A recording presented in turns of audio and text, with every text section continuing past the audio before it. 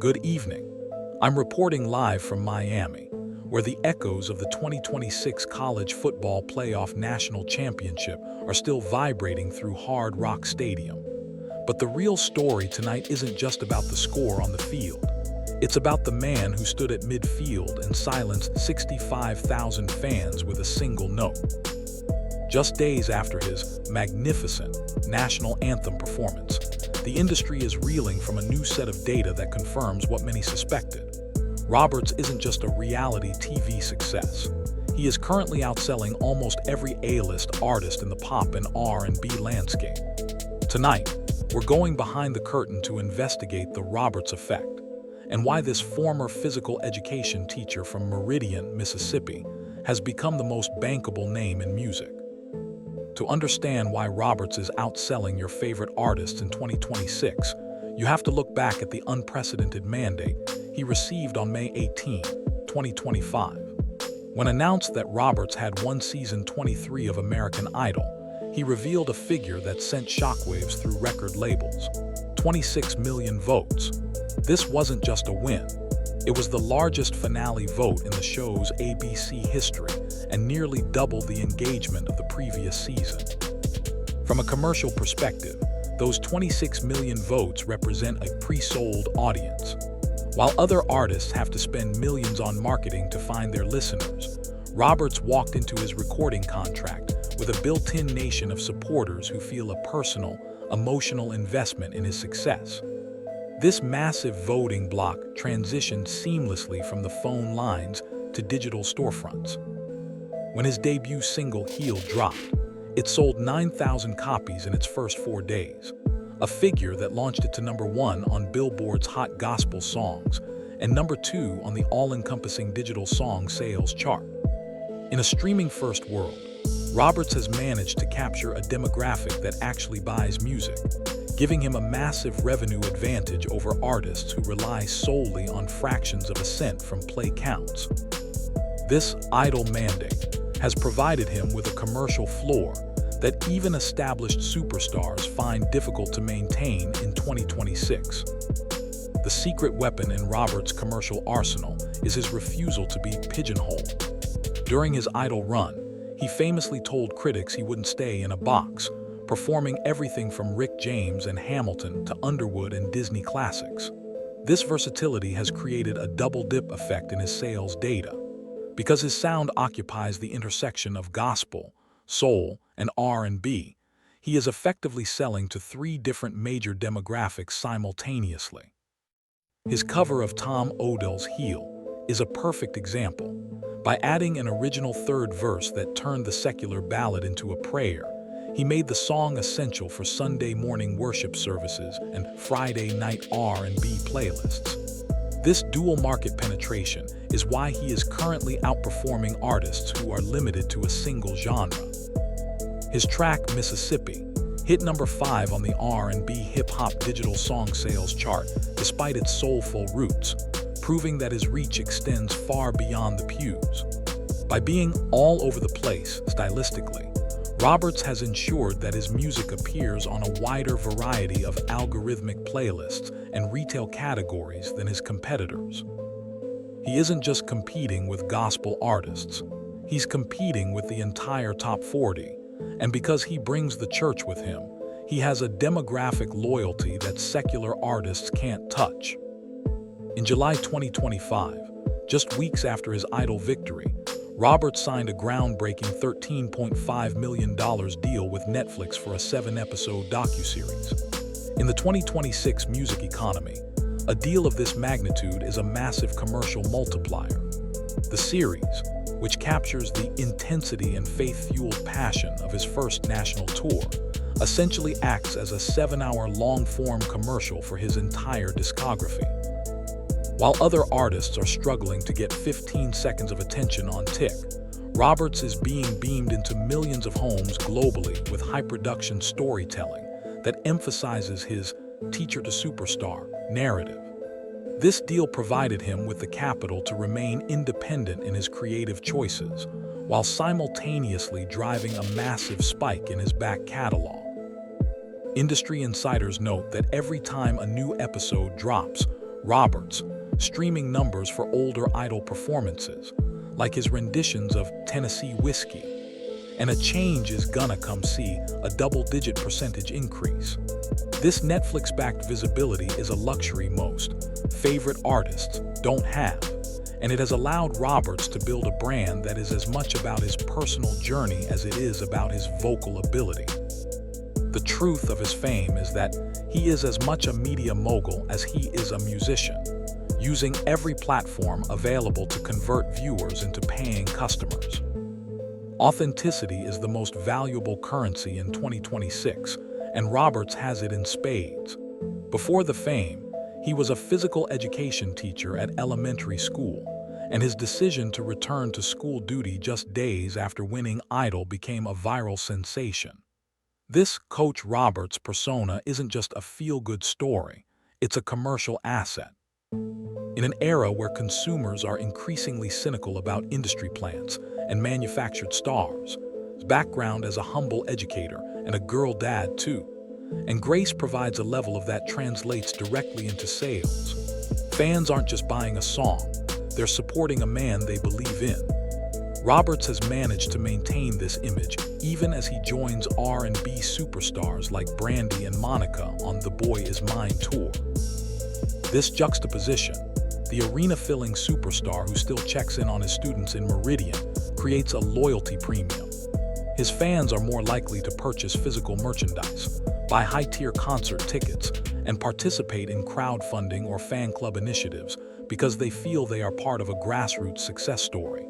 He is the everyman king, and in the competitive 2026 landscape, that is a more powerful sales driver than any big-budget marketing campaign.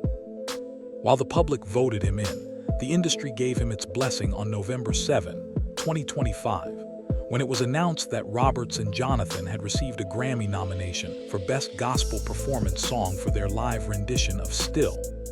This nomination was a critical turning point for his commercial viability. Often, reality show winners are dismissed by serious music critics, but the Grammy nod for Still gave Roberts immediate prestige. This seal of approval opened doors to high-end collaborations and festival headlining slots that are usually reserved for veteran artists. Commercially, a Grammy nomination triggers a specific type of buyer, the prestige listener who looks for award-caliber music. Since the nomination, Roberts has seen a significant increase in his gospel airplay numbers, with Still peaking in the top tiers as of January 2026. This industry recognition allows him to charge higher performance fees and command better royalty splits, further widening the gap between his earnings and those of flash-in-the-pan artists who lack critical backing. He is no longer just an Idol contestant. He is a Grammy-recognized artist, and that title carries a permanent premium in the music marketplace. The national anthem performance here in Miami on January 19, 2026, served as a massive midwinter commercial for Roberts. Singing for an estimated 22 million viewers on a stage as prestigious as the College Football Playoff National Championship is a career-defining moment. Roberts, looking dapper in a black suit and staying true to the anthem's melody while adding his signature, Soulful Bliss, captivated a demographic that might not have watched American Idol. Social media data shows that during the performance, searches for "Who is Roberts?" and "Roberts heel" spiked by over 300%. This wasn't just a performance, it was a global audition. Within 24 hours of the game, Roberts' debut single saw a resurgence on the iTunes Top 100, and his social media following grew by hundreds of thousands.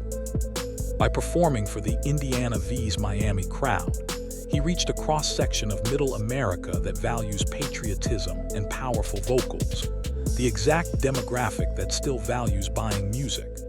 This single night of visibility provided more marketing value than a year's worth of traditional advertising, proving that Roberts knows exactly how to leverage iconic moments to sustain his commercial momentum.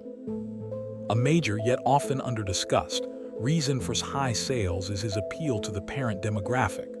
As a father of 3 girls, Grace, and has leaned into his identity as a girl dad. This has made him a favorite for families, a group with significant disposable income. Unlike some favorite artists whose lyrics or public personas might be polarizing, Roberts is seen as a safe, inspirational choice for the whole family. This has led to multi-generational sales. Parents aren't just buying his music for themselves, they're playing it for their children, creating a cycle of long-term brand loyalty. Roberts often shares updates about his family, even mentioning how he missed his daughter's birth to compete on Idol, a sacrifice that emotionally fueled his win. This vulnerability has created a deep protective streak in his. When releases a song, his followers buy it not just because it's good, but because they want to see the good guy win. This emotional ROI is something that many manufactured pop stars lack, and it's why sales numbers remain so resilient even months after his last televised appearance. In a world where artists flood the market with content every week, Roberts has adopted a less is more strategy that has paid off handsomely.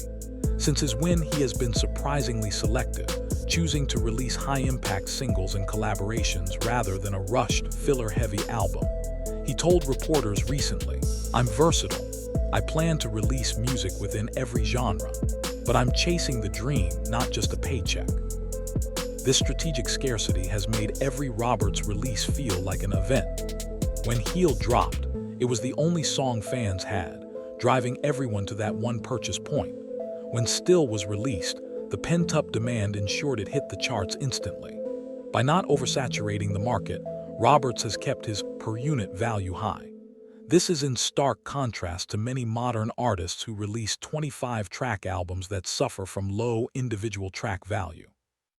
His 2026 perspective is focused on quality over quantity, a philosophy that has made his catalog one of the most efficient in the industry in terms of revenue generated per minute of music released. Never underestimate the power of a regional fan base. Roberts is a son of Meridian, Mississippi, and that state has effectively adopted him as its national representative. This regional loyalty provides a massive, concentrated block of sales. In the South, where gospel and soul are the lifeblood of the culture, Roberts is treated like royalty. His homecoming parade in 2025 drew thousands, and that local fervor translates into a regional sales anchor. Mississippi-based radio stations and local digital markets consistently show Roberts as a top-performing artist, often outranking global stars like Drake or Taylor Swift within the state. This regional dominance provides a steady stream of income and a testing ground for new material. By winning the hearts of his home state first, Roberts built a foundation that allowed him to conquer the national stage with a grassroots momentum that favorite artists from major coastal cities often lack.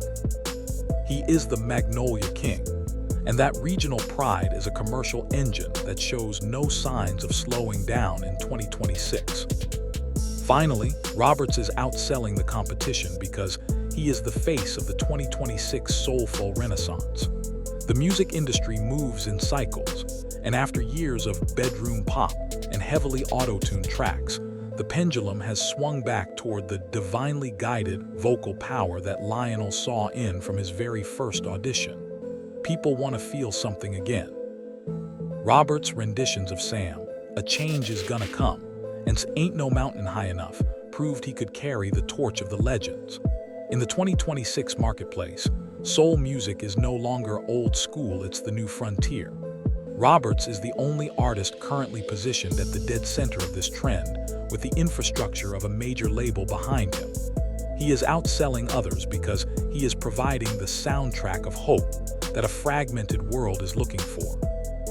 As he prepares for the Grammys on February 1 and more high-profile performances around Super Bowl time, the data is clear. The era of the vocal powerhouse is back, and Roberts is the one holding the crown and the receipts.